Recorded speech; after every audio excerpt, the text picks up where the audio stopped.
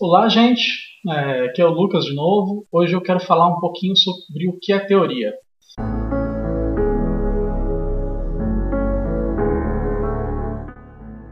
Teoria não é uma coisa que o cara só pensou. As pessoas confundem muito hipótese com teoria.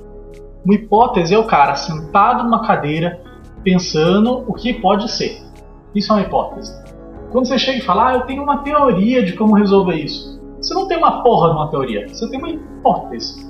Você tem uma ideia. É diferente de teoria. A teoria, você tem que primeiro ter uma evidência, um fato, e testar ela. Né? Agora vou tentar explicar o que é ter essa evidência e esse fato.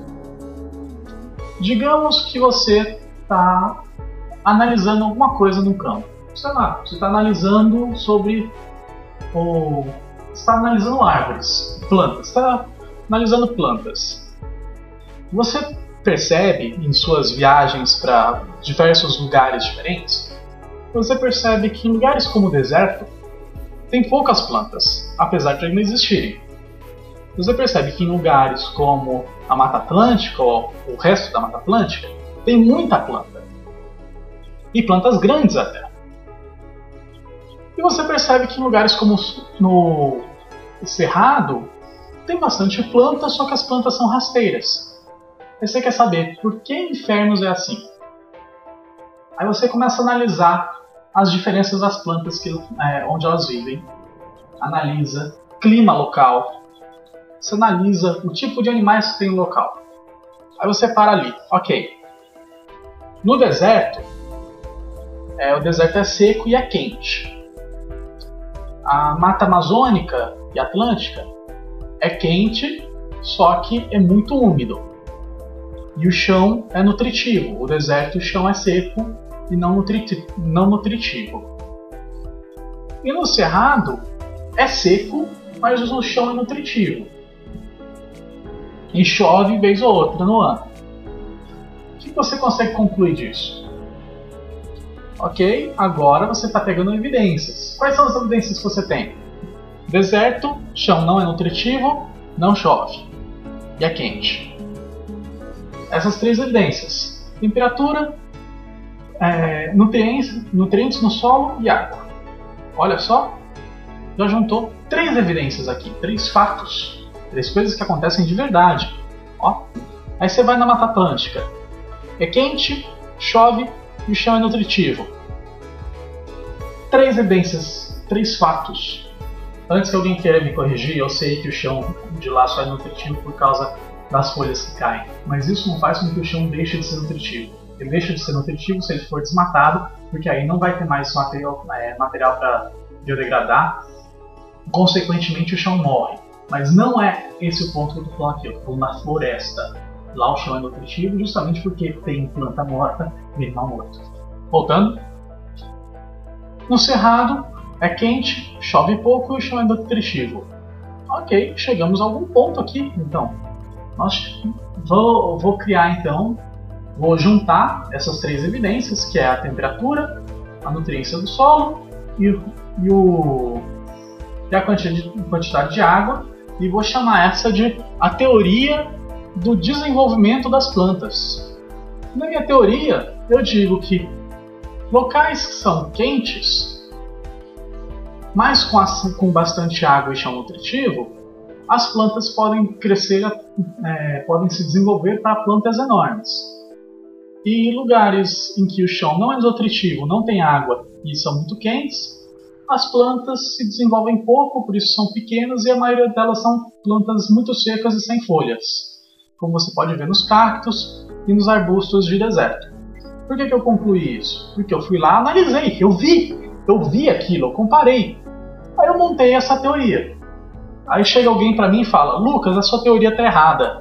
Mas por que minha teoria está errada? Sua teoria está errada porque você esqueceu de considerar o sol batendo no lugar. Se o sol ele bate muito, se o sol bate pouco lá, você esqueceu de considerar também os ventos que tem no lugar. Poxa, é verdade, eu esqueci de considerar essas coisas. Vou rever minha teoria. Eu revejo minha teoria, melhoro ela. Eu encontrei resultados ali, agora essa teoria que eu melhorei, usando essas coisas que existem, Usando esses fatos que eu pude ir até o lugar e medir, eu consegui montar uma teoria que prevê situações. A minha teoria diz: se um ambiente tem muito nutritivo no solo, tem água, é quente e venta pouco, bate bastante sol, então as plantas vão ser de um jeito. Aí a pessoa quer testar essa minha teoria. Ela vai até um lugar que seja exatamente como o descrito. E as plantas são daquele jeito. Eu digo que se por acaso o lugar for desértico, né, que o chão tem pouco nutriente, é muito quente, venta pra cacete, bate o sol o tempo todo, é muito quente de dia, muito frio de noite, extremamente seco, acho que eu já falei de extremamente seco. Isso quer dizer que as plantas serão pequenas, com poucas folhas, a maioria delas com espinhos, e as plantas de folhas serão plantas carnudas, né, que guardam bastante água dentro delas. Aí a pessoa vai até o deserto e encontra planta desse jeito. E comprova que as previsões da minha teoria estavam corretas. Fuck yeah!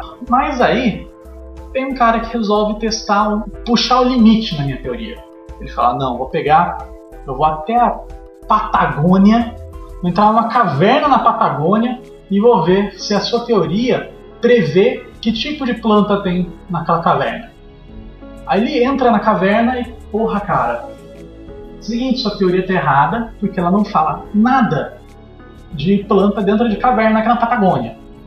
Eu falo: pera aí, minha teoria não tá errada. A minha teoria ela apenas não consegue cobrir todas as plantas do universo, não é mesmo? A minha teoria ela exige que tenha sol batendo em algum nível, tenha vento em algum nível, e dentro da caverna não tem nem vento nem sol. Então a minha teoria não consegue cobrir coisas dentro da caverna. Então tem uma falha na sua teoria. Tem uma falha. Mas isso não quer dizer que a minha teoria possa ser descartada. Ela ainda funciona. Se você for ver, por causa desse erro, ela não consegue prever o que existe dentro de uma caverna. Se você for lá na caverna e olhar, você não vai conseguir resultado nenhum. No entanto, você ainda consegue pegar e prever o que vai ter num campo. Você consegue prever com essa minha teoria o que vai ter num cerrado, o que vai ter numa montanha, porque esse é o objetivo da teoria: prever e explicar o porquê isso acontece. Ela usa todas aquelas evidências para gerar uma previsão.